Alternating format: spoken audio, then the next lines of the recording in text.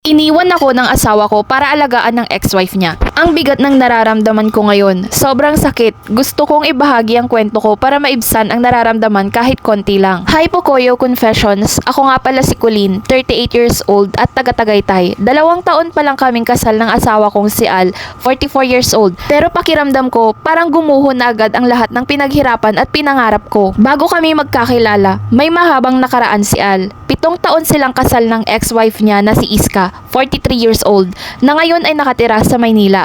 Noong mag-asawa pa sila, nagkasakit si Iska ng cancer. Siya raw ang dahilan kung bakit nanatili si Al na matatag noon. Kasi inalagaan niya ito hanggang gumaling. Pero pagkatapos gumaling, iniwan siya ni Iska. Ang sabi raw nito, gusto niyang mag-isa. Gusto niyang tuklasin ang buhay na wala si Al. Wala silang anak ng ex-wife niya. Nung ikwinento niya yon sa akin noon, naawa ako kay Al. Sabi ko, ang bait mo naman, inalagaan mo siya tapos iniwan ka rin pala. At doon ko nakita ang lalim ng puso niya, kaya lalo ko siyang minahal. Akala ko tapos na ang kwento nila. Pero ngayong taon, bigla siyang nag-message kay Al. Nakiusap kung pwede ba silang magkita, kasama daw ako. Nagkita kami. 3 kaming kumain sa isang restaurant dito sa Tagaytay. Mabait si Iska, magaan kausap. Tipong hindi mo akalain na siya ang babaeng minsan sumira ng mundo ng asawa ko. Pero pagkatapos ng hapunang iyon, humingi siya ng private talk kay Al. Pag uwi namin, sinabi niya sa akin ang lahat. Bumalik daw ang cancer ni Iska at mas malala pa ngayon.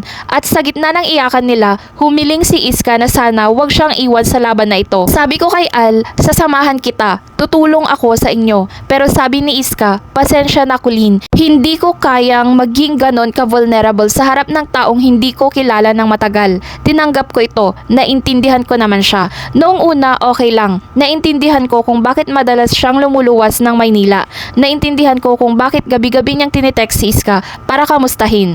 Pero habang tumatagal, napansin kong parang unti-unti na siyang nawawala sa buhay ko. Umuuwi siyang late. Minsan, hindi na nga natutulog sa bahay. Ang dati niyang mga kwento tungkol sa trabaho o simpleng araw niya, napalitan ng katahimikan. At ako, naiwan akong mag-isa. Nakatitig sa mga dingding ng bahay namin sa Tagaytay. Iniisip ko kung paano ko muling maaabot ang lalaking akala ko ay para sa akin na talaga. 2 linggo lang ang nakalipas. Umupo siya sa harap ko. Kita ko sa mga mata niya ang bigat. Ang sabi niya, wala kaming maling ginagawa ni Iska. Wala kaming ginagawa na makakainsulto sa'yo o makakasira ng relasyon natin.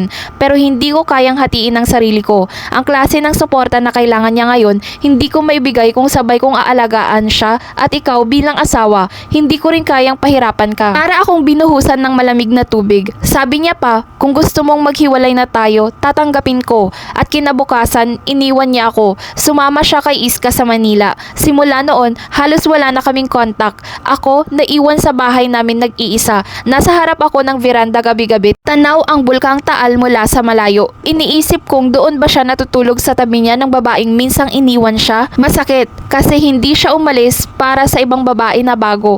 Umalis siya para sa babaeng una niyang minahal, para sa babaeng sinaktan siya pero siya pa rin ang pinili niyang alagaan. At ito ako ngayon, humihingi ng sagot. Hihintayin ko ba siya? Magtitiis ako habang inaalagaan niya ang ex-wife niyang hanggang sa dulo? O dapat ko na bang palayain ng sarili ko at tuluyang mag-file ng annulment? Mahal ko siya, mahal na mahal. Pero minsan, kahit gaano kamahal ang isang tao, darating ang punto na kailangan mong pakinggan ang sarili mong iyak.